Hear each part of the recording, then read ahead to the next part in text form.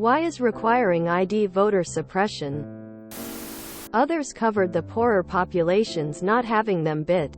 But here's an IRL example. Back when I lived in Texas, right after parts of the Voting Rights Act provision was repealed by the Supreme Court, they passed a law saying that your voter ID had to match your voter registration card exactly. As in, if your license has your middle name, your registration card does too. If your maiden name is on the card, it has to be on the ID.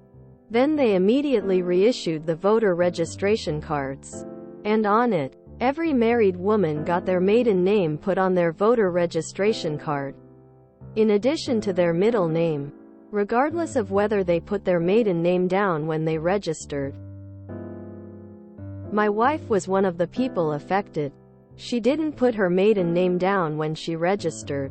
She got disenfranchised until an army of people sued the state and they were forced to reverse certain provisions. In Canada, everyone is automatically registered to vote when they turn 18. We get our registration cards in the mail about a month before we have to vote. I could go to my polling station with just that card and no other ID, and the people there will bend over backwards to help me vote. That's the difference. The government should be helping people vote, not creating rules to make it harder. Because it costs the individual, not the government. I'm not opposed to presenting your ID to vote, but if you want to require it, you have to make federal IDs free. Once you start requiring even a small amount of money to be spent, it's a slippery slope. Our elections, U.S., should be free to participate in. It's not if you give everyone a suitable ID for free without any hassle. But any hurdles to voting that cannot be shown to be necessary are by definition suppressing voters. Some places require a street address to get a government ID, but not all reservations have street addresses for all its residences. No one should have to pay the government for the right to vote. Among the other main answers people here have listed, i.e. IDs cost money and time. Shutting down DMVs in poor areas can keep people from obtaining them. Lower-class urban people are less likely to have IDs already. I'd like to add in one more. Having voter ID laws is part of a deterrence scheme using the threat of the legal system to keep people away. It's not just that people can't vote if they don't have a valid license, but rather, if they vote and it is discovered that they didn't have a valid license or correct information, then they have committed voter fraud, which can mean fines and jail time. This kind of suppression is amplified by conservative lawmakers assigning task forces and performing press releases about the people that they've arrested for voter fraud. Needless to say, when the media that you see concerning voting is that you might be put in jail for doing it, it creates a suppressing effect. ID being required isn't the bad part. Poor access to getting IDs is the problem here.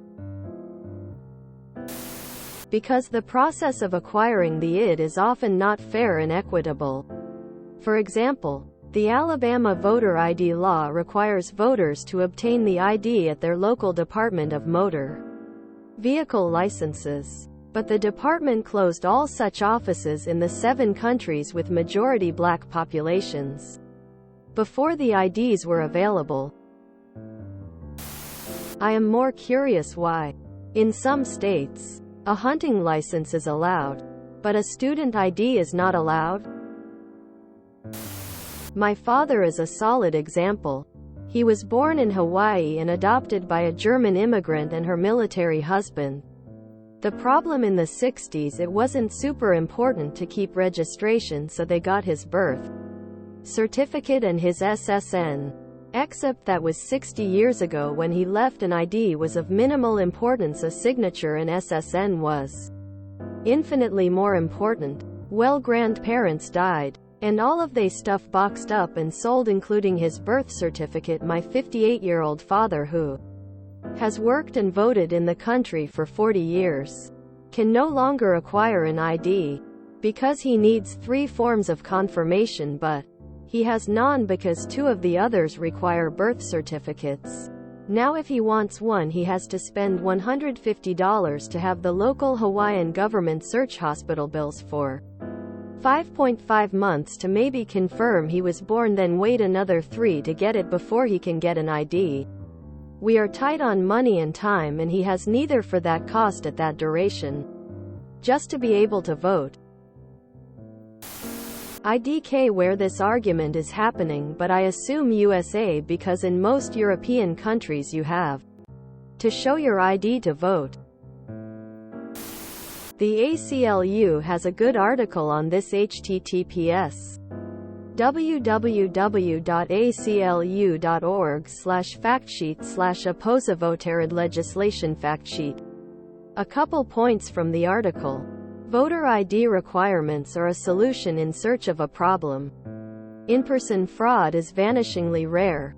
A recent study found that, since 2000, there were only 31 credible allegations of voter impersonation, the only type of fraud that photo IDs could prevent, during a period of time in which over 1 billion ballots were cast. Identified instances of fraud or honest mistakes, so-called cases of in-person impersonation voter fraud, are almost always the product of an elections worker or a voter making an honest mistake, and that even these mistakes are extremely infrequent. Free, effortless state IDs issued to you upon reaching voting age would make it not be voter suppression. This whole narrative was such obvious BS. Depends on the ID. My state sends a voter ID at no charge to every person who registers. There's no photo on it, and officially you can be asked to provide it, or a photo ID, to vote, but I don't think I've ever been asked. Requiring an ID that costs money, such as a driver's license, is a poll tax. Those are illegal because then poor people are unable to vote. And our vote isn't supposed to be based on ability to pay. Because they won't actually issue a free ID. The types of ID it requires, such as driver's licenses, are less common in urban or poorer areas which rely on public transit and raises the barrier to entry. If the US has a national ID system that was required as many other nations do, it would not be an issue. But given that this disproportionately impacts poor urban areas and doesn't really address a real problem, voter fraud has been shown time and time again to be negligible.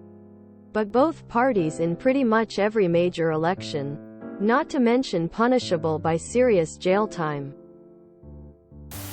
Among other reasons, if they want to suppress voters, all they have to do is close down DMVs in target areas. And poorer workers can't travel or take off work to get one. It's not the ID itself that's the problem. It's the opportunities to use it to discriminate. The devil is in the details.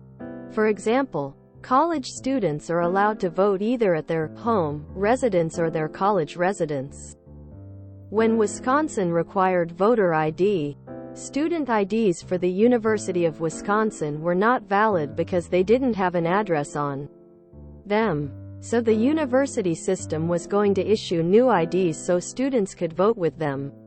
But then the legislature blocked the university from expending any money to reissue IDs with addresses. Or in some states, a concealed carry card is considered a valid ID, but a student ID isn't. See how these tactics benefit one party but not the other. If you enjoyed this video, please check out our playlists full of similar content. Epicaricast is like doom scrolling for your ears. Please like, share, and subscribe.